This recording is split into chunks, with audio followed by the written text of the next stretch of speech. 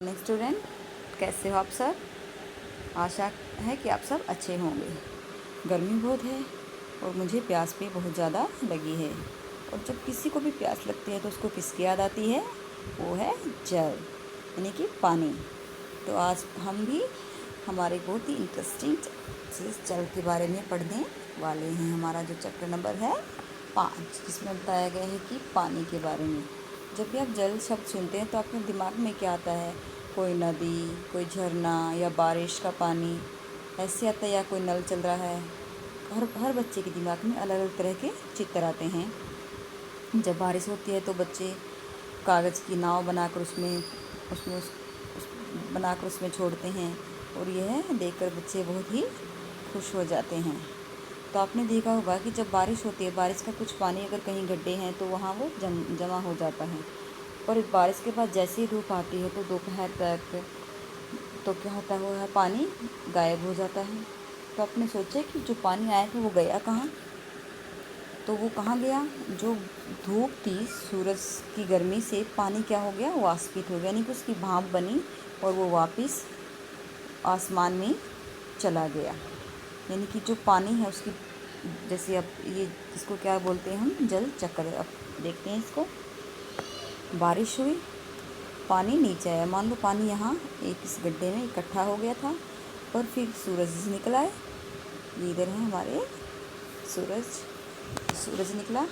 फिर क्या हुआ? धूप से, गर्मी से पानी का क्या हुआ? भाप बन की वाष्पीकरण हो गई, वापस ऊपर गया। फिर जो पानी की छोटी छोटी बूंदें आए ऊपर गई थी, ऐसे ऐसे ये धीरे धीरे ऐसे एक इकट्ठा बादल बन गया। तो फिर ये बादल कुछ समय के बाद वापस धरती पर बूंदों के रूप में पानी आ गया। तो इसको हम क्या बोलते हैं? जल चक्र। हम इस जल चक्र को कैसे समझ सकते हैं? हमारी बुक में एक इम्पोर्टेंट वर्ड दिया है, थलशाला। थलशाला के मतलब थलशाला क्या है? आप कोई भी एक जार ले लीजिए, कोई भी एक बर्तन, उसमें मिट्टी को आप अलग अलग परतों में लगाइए, सीढ़ी नुमा। जैसे एक यहाँ ज़्यादा, यहाँ कम, यहाँ कम, यहाँ कम। और इसी तरह से यहाँ एक पौधा लगा दिया आपने, एक यहाँ, एक यहाँ, एक यहाँ। ऐसे हम पौधों को लगाएंगे और इसको ऊपर से बंद कर देंगे। आप देखोगे कि कुछ समय बाद जो बोतल का ढक्कन है या बोतल के अंदर यहाँ पानी की कुछ बूंदें आ जाएंगी, और फिर अपने कुछ समय बाद वो बूंदें वापस यहाँ पेड़ों पर, जो हमने पौधे लगाए उन पर गिर जाएंगी। इसी को बोलते हैं जल चक्कर, यानी कि इसको हम थलशाला प्रयोग भी बोलते हैं। जल है बच्चों, वह भी कई तरह का होता है, जैसे लवणीय जल, अलवणीय जल। जो हम पानी प्रयोग करते हैं अपने पीने के लिए, वो होता है अलवणीय जल। वह कहाँ कहाँ मिलता है? नदी, झील, तालाब या हिमनद यानी कि ग्लेशियर्स में। और जो जल होता है लवणीय, वह कहाँ मिलता है? महासागरों में। और लवणीय जल से क्या बनता है? नमक को, जिसे हम अपने खाने में यूज़ करते हैं, वो क्या होता है? Sodium chloride. क्या होता है? Sodium chloride. मानचित्र में भी बच्चों जो जल के महत्वपूर्ण स्रोत हैं, जो नदियाँ हैं, सागर, उनके बारे में बताया गया है। ये इधर प्रशांत महासागर, यहाँ पानी से दक्षिणी महासागर, अटलांटिक महासागर, उत्तरी अटलांटिक, ये आर्कटिक महासागर, हिंद महासागर। और इसी तरह से कुछ नदियाँ हैं जो इम्पोर्टेंट हैं। अमेज़न नदी कहाँ है? दक्षिण अमेरिका में। नील नदी अफ्रीका महाद्वीप में। एक और है कांगो नदी। और एशिया महाद्वीप में, यानी कि ये यहाँ एशिया महाद्वीप, और ये है वो एशिया महाद्वीप में हमारा प्यारा देश भारत। और इसमें कौन सी हैं? इधर ब्रह्मपुत्र नदी दिखाई गई और एक गंगा नदी। यानी कि जल के बहुत ही महत्वपूर्ण स्रोत हैं, जिनके बारे में हमें जानकारी होनी चाहिए। बच्चों, जैसा कि हमें पता है कि हमारी पृथ्वी एक नीला ग्रह है। नीला ग्रह क्यों है? क्योंकि उसके 71% भाग पर जल फैला हुआ है। तो उस जल का वितरण कैसे बंटा हुआ है? 71% जो जल है वो कहाँ कहाँ फैला हुआ है? जो सबसे ज़्यादा जल है वह कहाँ फैला हुआ है? कहाँ मिलता हमें? महासागरों में। दूसरा 2.0 कहाँ मिलता हमें? बर्फ़ क्षेत्र, यानी कि जो बर्फ़ी टोपियाँ हैं, जो ग्लेशियर बने हुए, बर्फ़ जमे हुए हैं, उसमें।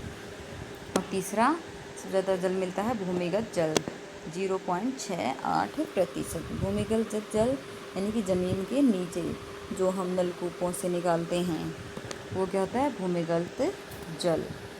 और आगे है इसी तरह समुद्री जल, नमकीन झीलों से, वायुमंडल से, टोटली मिला कितना हो गया? 100%। सबसे ज़्यादा जल कहाँ मिलता है? महासागरों में। पीने लायक जल कितना है? सिर्फ 2%। अभी आपने पढ़ा कि लवणीय जल, अलवणीय। लवणता क्या होती है? लवणता होती है, अगर हम 1000 ग्राम जल ले लें, उसमें मौजूद नमक की मात्रा, उसमें की नमक कितना है 1000 ग्राम पानी में, उसको बोलते हैं उसकी लवणता। महासागरों में है कितना? 35 भाग प्रति हज़ार। कितना है महासागरों में? 35 भाग प्रति हज़ार। तो हमने अभी देखा कि हमारी पृथ्वी पर जल तो बहुत सारा है, पर पीने लायक सिर्फ 2% के करीब ही है। तो हमें पानी का बहुत ही सावधानी से प्रयोग करना चाहिए, उसको वेस्ट नहीं करना चाहिए, क्योंकि जो जल है वह एक बहुत ही बहुमूल्य संसाधन है। तो विश्व जल दिवस कब मनाया जाता है? 22 मार्च को। क्यों मनाया जाता है? ताकि लोगों को पानी बचाने के लिए अवेयर किया जा सके, उनको जागरूक किया जा सके कि जो हमारे पास पीने लायक पानी है उसकी मात्रा बहुत ही कम है और हमें उसको वेस्ट नहीं करना है। आगे हमें इस जल के अंतर्गत देखते हैं महासागरीय परिसंचरण, यानी कि जो महासागर हैं उनमें जो जल की कार्य प्रणाली है वो कैसी है। जो हमारे आपने देखा होगा कि कोई झील है उसका पानी स्थिर रहता है, कोई तालाब है, पर जो महासागर उनका पानी कभी स्थिर नहीं रहता, वह गतिशील है। वहाँ पर तरंगे उठती हैं, ज्वार भाटाएँ और धाराएँ गतिशील रहती हैं। तो अभी हम देखते हैं कि तरंगे, महासागरों में तरंगे उठती हैं, वो क्या है? जब कोई बच्चा समुद्र तट पर गेंद से खेलता है और जब गेंद जल पानी में गिर जाती है तो हमें बड़ा ही अच्छा लगता है कि अगर हम देखें, हम अगर कभी जाएं तो देखेंगे कि जो पानी है, जो गेंद पानी के अंदर गिरी, पानी के बहाव के साथ अपने आप ही वापस तट पर आ जाती है। वो किसी कारण होता है? तरंगों के कारण। हमें तरंगे कुछ इस तरह से दिखाई देती है, ऐसे कभी ऊपर जाती है और फिर वापस नीचे आ जाती है। और जब तूफ़ान होता है तो तूफ़ान में तेज़ वायु के कारण बड़ी तरंगे पैदा होती है, और जब ये तरंगे अपना विशाल रूप धारण कर लें तो उसको हम क्या बोलेंगे? सुनामी। और यह सुनामी है जो बहुत ही विनाशकारी होती है। सुनामी किसका शब्द है? जापानी भाषा का शब्द है। सागर में घटित होने वाली दूसरी महत्वपूर्ण घटना है ज्वार भाटा। पहली थी महासागरों में उठने वाली दूसरी महत्वपूर्ण घटना है ज्वार भाटा। ज्वार भाटा क्या है? जो महासागरों का जल है वह दिन में 2 बार, एक बार ऊपर उठता है और एक बार नीचे गिरता है। जब महासागरों का जल सबसे ऊंचाई पर होता है तो उसको बोलते हैं ज्वार, और जब अपने सबसे निम्नतम स्तर पर नीचे गिरता है तो उसको बोलते हैं भाटा। तो इसको सम्मिलित रूप से क्या बोलेंगे हम? ज्वार भाटा। भाटा क्यों आते हैं? जो सूर्य है और चंद्रमा है उसके गुरुत्वाकर्षण बल के कारण ज्वार भाटा होता है।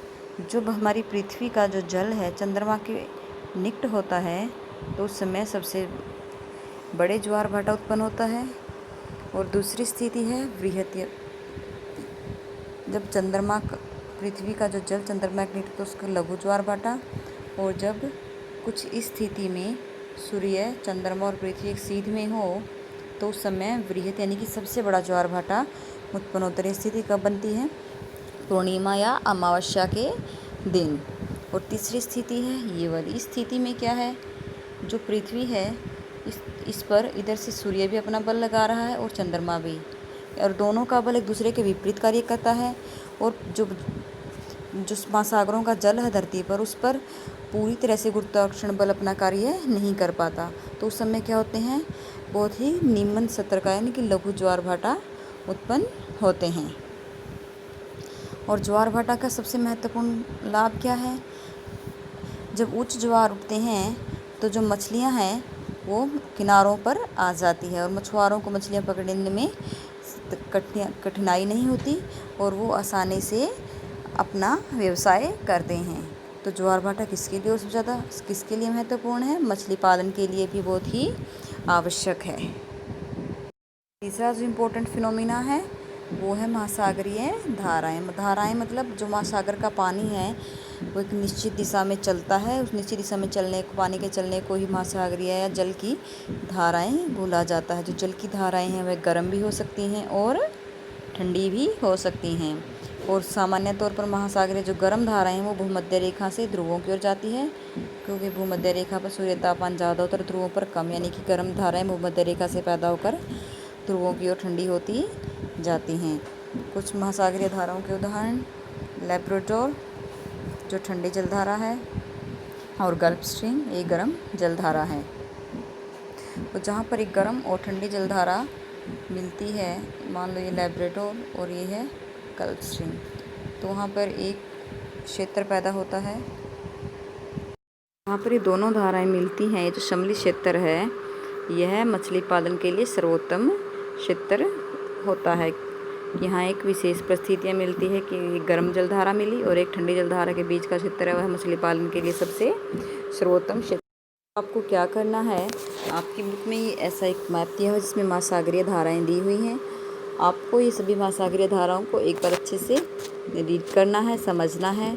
जैसे इधर ये गल्फ स्ट्रीम है, ये भूमध्य रेखा से उठकर ध्रुवों की ओर जाती है, तो एक गर्म जलधारा है।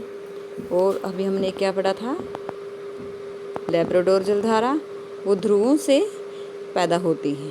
तो अपने सभी जलधाराओं का अध्ययन करना है, और उसके बाद जो हमारे अभ्यास के क्वेश्चन हैं उनको लेसन समझने के बाद अपने आप हल करने का प्रयास करना है। जैसे मैंने पढ़ा था कि वर्षण क्या है, जल चक्कर क्या है, लहरों की ऊंचाई को कौन प्रभावित करता है, ज्वार भाटा क्या और महासागरीय धाराएं क्या है।